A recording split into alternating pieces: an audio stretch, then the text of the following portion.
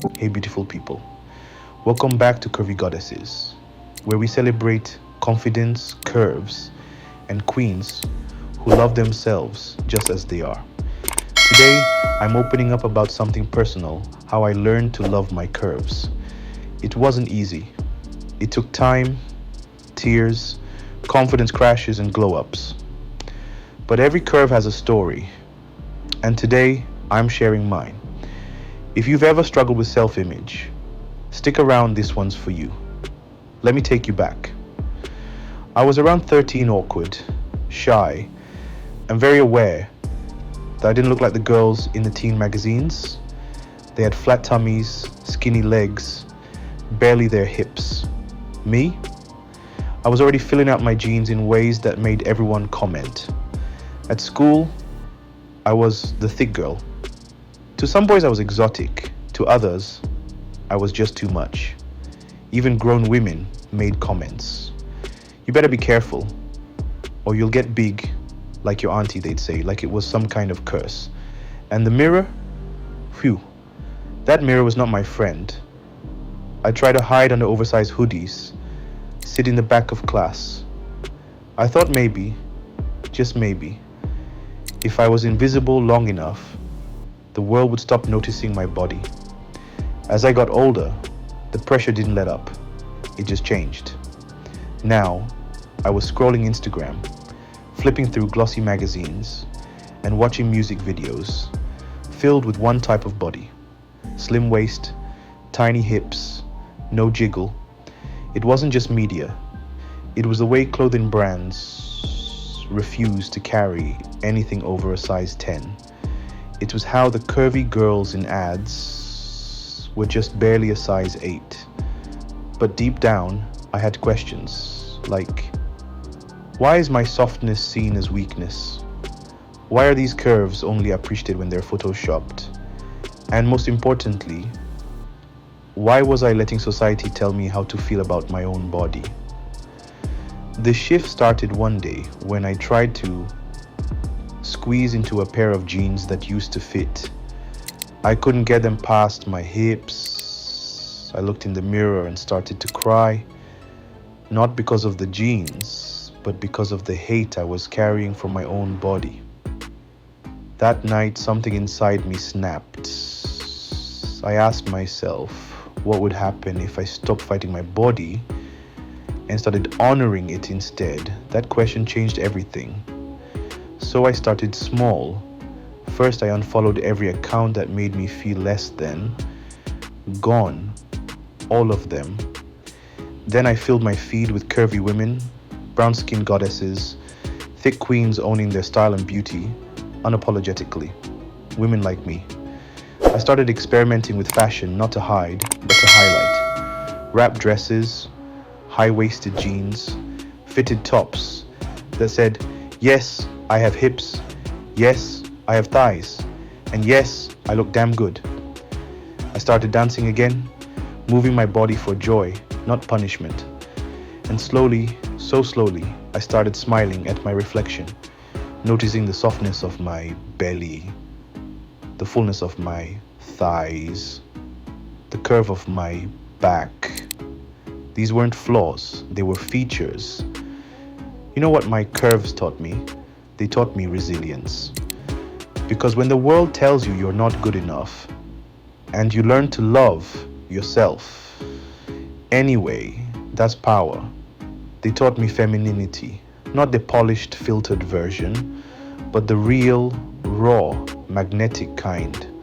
The kind that enters a room and makes people feel.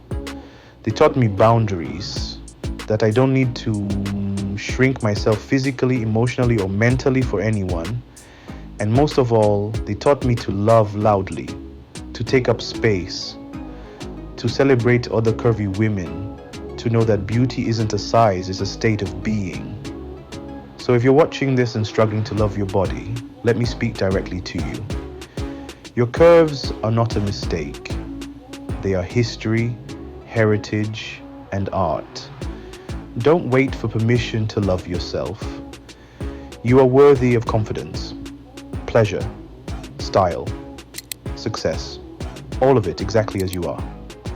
Stop trying to fit a mold you were never meant for. Build your own standard. Take photos. Wear the outfit. Walk with your head held high.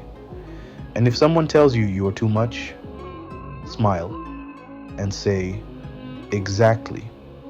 Thank you for sharing this journey with me. Loving my curves wasn't a destination, it's a relationship. And like any love story, it keeps evolving. If this resonated with you, hit that like button, share this video with your fellow goddesses, and drop a comment below telling me one thing you love about your body today. Just one. Let's start there, and remember, this is Curvy Goddesses, where we don't shrink for the world. We stand tall, soft, proud, and powerful. Until next time, stay radiant, stay real, and stay curvy.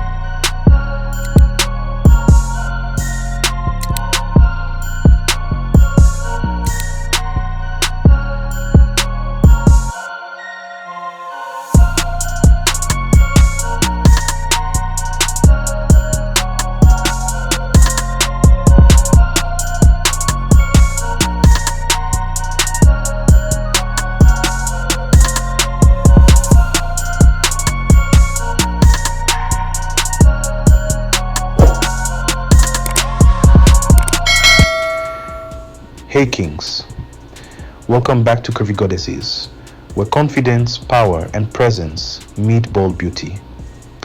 Now today, we're stepping into something even sexier than curves, financial confidence. Because let's be real, what's more attractive than a man who's not just smart, but wealth wise? So, if you're in your 40s or heading there, this is for you. Let's talk about the 3 money moves every confident man should be making. Moves that separate the men from the boys and the kings from the pawns. Money move number 1, own more than you owe. Let's start with this. Own more than you owe. Simple, yes, but powerful. At this stage in life, you need to be building assets, not stacking liabilities. That means owning things that grow in value. Real estate, shares, and businesses, instead of drowning in car loans, unnecessary gadgets, or lifestyle debt. Assets versus liabilities. Real estate, stocks, business versus cars, loans, designer brands. Here's the truth. Debt is like aging. It sneaks up on you if you don't pay attention. If you've got credit cards or loans, tackle the high interest ones aggressively. But most importantly, invest in ownership, because a man with ownership walks into any room differently. It's not about impressing people, it's about protecting your future. Financial power is silent. It doesn't shout. It compounds. Money move number 2, protect your queen, kids, and kingdom.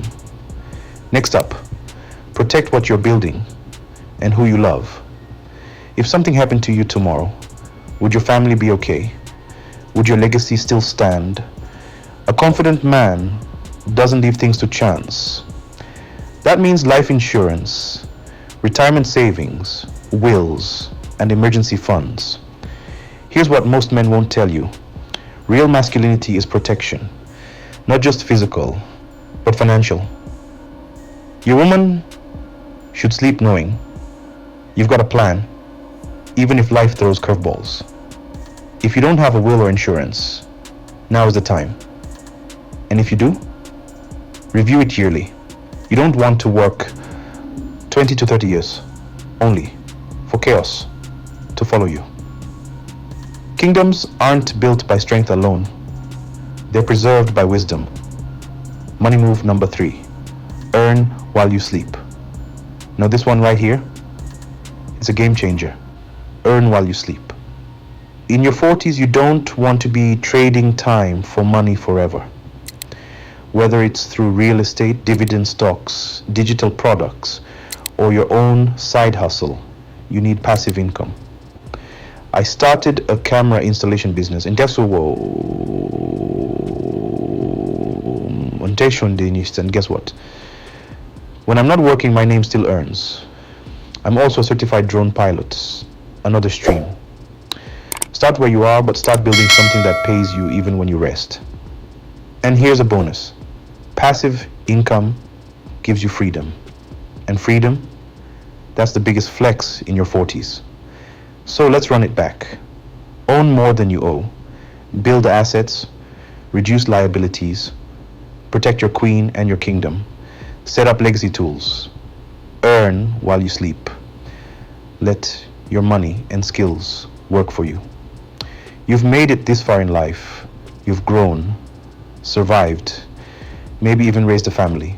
Now, it's time to thrive. The confident man isn't just stylish. He's strategic.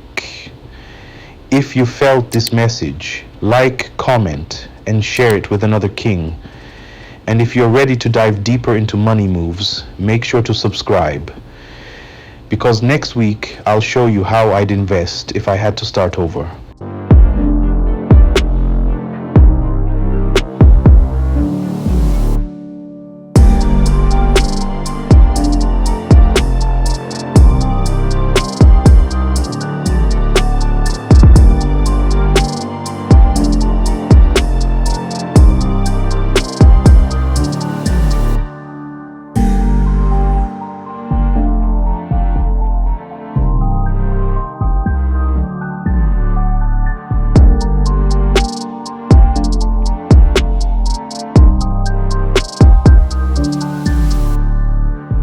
Hey gorgeous, welcome back to the channel.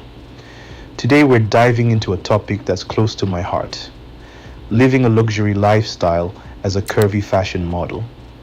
Because let's be real, luxury isn't a size, it's a mindset. And honey, we're about to own it.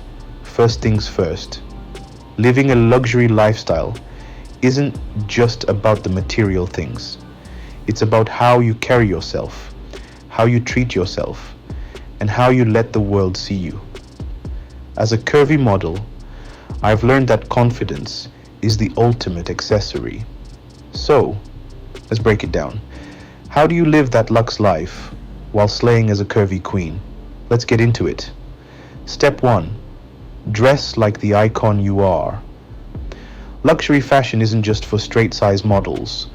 The industry is changing, and brands are finally embracing curves. Whether it's a custom-made gown or a killer pair of heels, invest in pieces that make you feel unstoppable. Remember, when you look good, you feel good, and that energy is contagious. Step 2.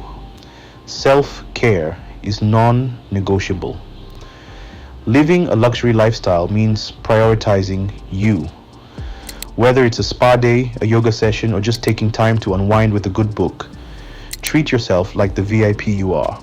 Because when you're at your best, you can conquer the world. Step 3. Surround yourself with greatness.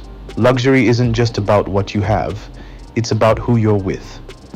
Build a tribe that uplifts you, inspires you, and celebrates your wins. Life's too short for anything less. Step 4. Own your space. As a curvy model, I've learned that the world will try to put you in a box. But guess what? You don't have to fit in, you're here to stand out. Whether it's on a runway, in a boardroom, or just walking down the street, own every inch of who you are. So to all my curvy queens out there, remember, luxury is yours for the taking. Dress like it, live like it, and never apologize for it. Thanks for hanging out with me today. Don't forget to like, comment, and subscribe for more tips on living your best, most luxurious life. Until next time, stay fabulous.